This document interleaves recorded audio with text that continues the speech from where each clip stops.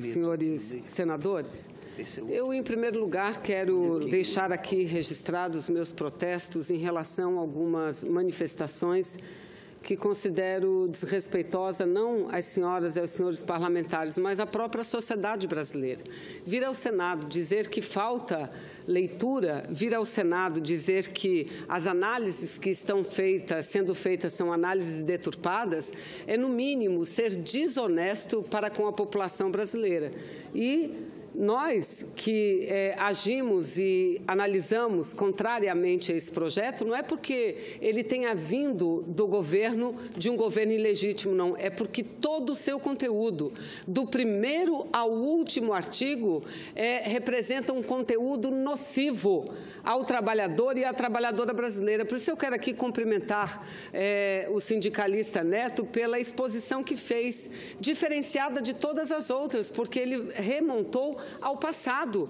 Nós aqui, o que estão querendo fazer com o nosso país é voltar às relações de trabalho no passado. Não à toa que existe já tramitando na Câmara dos Deputados um projeto de lei de reforma do trabalho rural, do trabalho do campo. E o primeiro artigo desse projeto diz que também casa e comida é considerada salário. Em que época nós estamos? O que querem fazer com os trabalhadores brasileiros? Não aceito também, senhor presidente, que qualifiquem esse projeto como o projeto da modernidade. De modernidade não tem absolutamente nada, a não ser que entendam que retirada de direitos é moderno. Seja moderno. Se isso for modernidade, de fato, é um projeto moderno. Mas então eu sou antiquada, porque eu sou daquelas que acha que a lei tem que favorecer o mais fraco. A lei tem que favorecer quem mais precisa. O Estado brasileiro tem que trabalhar para o que mais precisa e não para aquele que tem muito. E no país, hoje, nós estamos vivendo uma verdadeira inversão de valores. As reformas que esse governo da ponte, esse governo ilegítimo está propondo e está encaminhando. Quais são as reformas? Reforma trabalhista, reforma previdenciária, aprovaram ano passado a PEC do teto, agora o teto de gastos para ações sociais e para melhorar a infraestrutura do Brasil, não teto dos gastos financeiros, para remunerar o capital especulativo, para o Brasil sair do ranking número 1 do país que mais elevadas taxas de juros cobra do planeta. Não são essas as reformas. As reformas que o Brasil está vivendo não são as reformas necessárias. E quais seriam as reformas necessárias? A reforma tributária, a reforma que garantisse um sistema mais transparente e que impedisse o nível de sonegação com que nós vivemos, uma reforma tributária que invertesse essa lógica perversa do sistema tributário brasileiro, que só tributa o trabalho e o consumo, não tributa a renda dos mais ricos, não tributa a renda dos super ricos, não tributa o patrimônio, mas não são essas reformas que o governo elegeu. Aí vejam, aqui dizem, mas a Constituição permanece intacta. E eu pergunto, até quando? Até quando que ela permanece intacta? Nós agora não estamos discutindo uma reforma da Constituição brasileira, mas vejam que, infelizmente, muitos dos nossos colegas falam em seus pronunciamentos. Eu tenho cópia de um pronunciamento de um colega aqui, que ele diz o seguinte: vamos falar claro, vamos falar sério. Para o país sair dessa crise, é preciso fazer mudanças no atual quadro legal, na Constituição de 1988, porque a Constituição de 1988, nesta Constituição, aparece a palavra direito 76 vezes, enquanto a palavra dever aparece somente 4 vezes. Então é isso, são os direitos mínimos de uma Constituição cidadã é que eles estão destruindo. Nesse momento, a reforma da Previdência não destrói ainda a Constituição Federal, mas rasga uma lei de mais de 74 anos a CLT, simplesmente rasga, a partir do momento em que diz que o negociado prevalece sobre o legislado. Mas vamos lá. Qual é a razão da reforma trabalhista, segundo os senhores e a senhora que estão na mesa e que vieram aqui para defender? Muitas reclamações trabalhistas, muitas ações trabalhistas, e o país não suporta tantas reclamações e tantas ações. Então, vamos perguntar: por que das reclamações? Por que das ações? Qual a característica das ações e das reclamações? 65% são por falta de cumprimento da lei na rescisão contratual, ou seja, na hora da demissão. 65%. Se juntarmos também as reclamações pelo não pagamento de horas extras, chegamos a 80%. Então, qual é o caminho que buscam para acabar, diminuir significativamente as ações trabalhistas? Tirar direitos. Tirar direitos, é isso que propõe. Por que não propormos pagar os seus deveres, todos cumprir com os seus deveres? Aí não vai haver reclamação. Porque se o empregador pagar na rescisão contratual tudo que merece o trabalhador, não tem problema, não haverá mais ação. Mas não vamos ficar só no discurso, na teoria. Tiram direitos efetivamente. Eu sugiro aqui, senhores e senhora, leia, seja honesta. O mínimo de honestidade é necessário para esse momento de debate.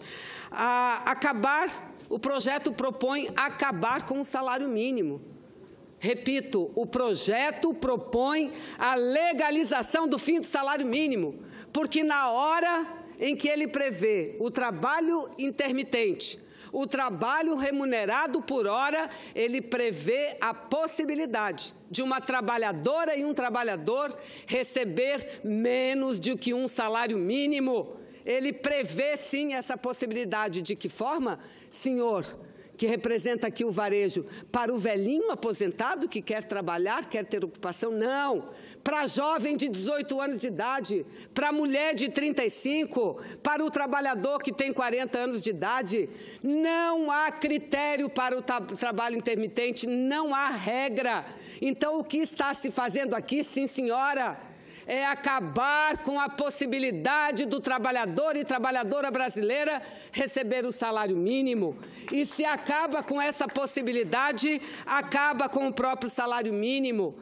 Vamos para um outro artigo do projeto, que, aliás, tudo que eu fiz foi aprender a ler e interpretar sobre o ponto de vista do direito da maioria da população e não de uma minoria que não está sendo tocada, que sonega e não está sendo cobrada, pelo contrário, está sendo perdoada. O que diz o projeto de lei? Abre a possibilidade de uma rescisão contratual acordada. Havendo acordo para a rescisão contratual, pode-se pagar somente a metade da multa. Pode-se pagar somente a metade do aviso prévio. E sabe quanto que o trabalhador vai receber de seguro-desemprego? Zero, nada. É claro, não vai mais haver reclamação de trabalho, senador Paulo Rocha, porque o patrão vai obrigar, olha, agora a lei é essa. Se você quiser entrar na Justiça do Trabalho, você vai ter que pagar pela perícia. E nem o mais pobre está sendo isento disso. Então, pegue aqui a metade do que você tem direito.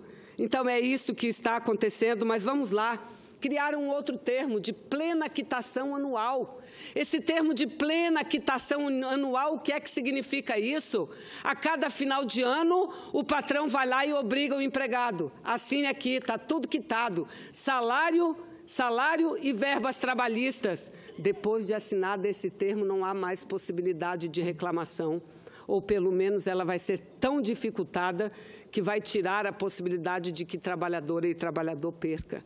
Mas vamos lá, vamos mais do que isso. Permitir o trabalho para mulheres gestantes, trabalho insalubre. Ainda mudaram e disseram que isso foi um grande ganho, senhores senadores. Não, mas tem que ter um atestado do médico de confiança da mulher. Já pensaram os senhores o que é que o patrão vai fazer com a mulher? O que é que o patrão, que médico de confiança é esse? Permitir isso. Acaba, eu vi pela televisão, dizia a última audiência pública de plenário. Não, senadora Marta, quando a senadora Marta questionou o tempo que a mulher precisa para a sua higiene pessoal, sobretudo em momentos críticos, em momentos de menstruação, Não, tem esse tempo, tem, mas esse tempo não computa mais como hora trabalhada, não computa mais. Ou seja, nós estamos voltando ao passado, onde o que importa para a população não é o grau de segurança, o que importa não é a qualidade de vida, o que importa não é a saúde, o que importa é... Agradeço e concluirei nesse 1 minuto, nobre senador. Eu concluo. Muito obrigada. Então, é isso que importa, é o lucro do empresário.